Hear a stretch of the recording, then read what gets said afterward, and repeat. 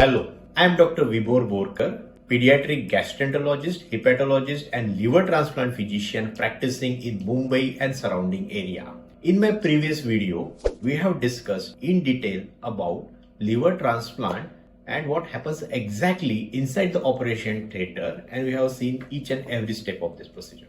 So now in this video, what we are going to discuss is what happens exactly after first 24 to 48 hours of the liver transplant, and after stabilization, how is the journey inside the hospital. So once the surgery is complete from the operation theatre, the child or the recipient is wheeled into the ICU. During this phase, you can actually see the child.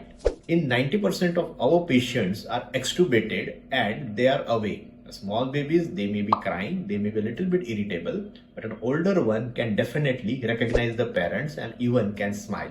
Once the child is received in the ICU, the team of pediatric intensivists and the sisters receive the child. The patient is taken into the bed and a multi-para monitor is attached so that all the vital functions are monitored, which includes like heart rate, respiration, saturation, blood pressure, temperature. So all this is meticulously managed. At the same time, a blood sample is taken to see whether all the important organs like liver, kidneys, saturation, like for that blood gas, sugar, everything is up to the mark or as per the expectation or not.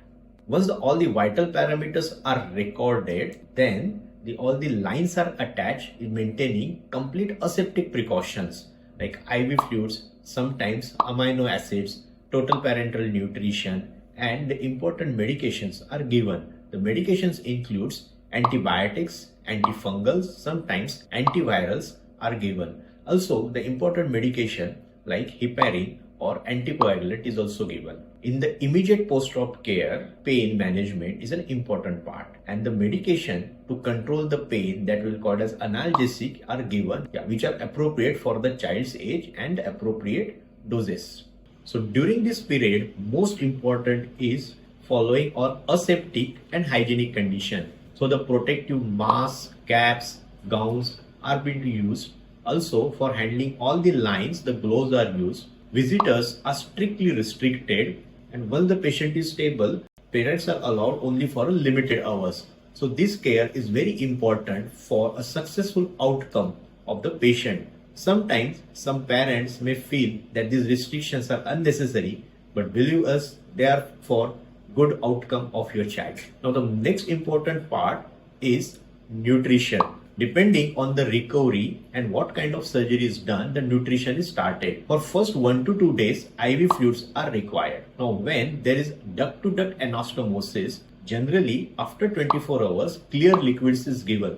But in small babies, when Roux-en-Y surgery is done, the intestine is slow to work. So in those situations, 3 to 4 days may be required for initiation of oral nutrition. So during that time, sometimes total parenteral nutrition or partial parenteral nutrition is given so that the child maintains the nutrition, and this nutrition can help the child to recover from the big surgery. After liver transplant, we know that our body is known to reject the new organ which is from another person's body. So to maintain this liver inside the body, certain medication like immunosuppression medication is given. So this medication decreases the immunity so that our body doesn't reject the liver. So with this, there is always the risk of infection. So all the care is taken in terms of maintaining aseptic precautions and giving a specific duration of the antibiotic.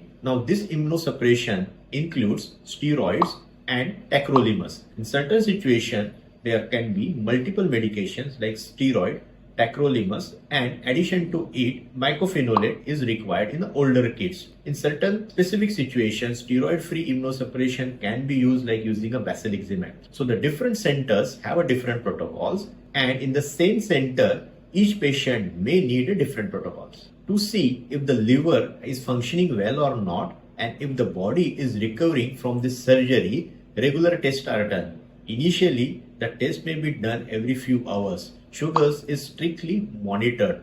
Liver function test may be done 2 to 3 times a day. Once we are assured that the liver has regenerated well or functioning well, gradually the frequency of this blood test is decreased.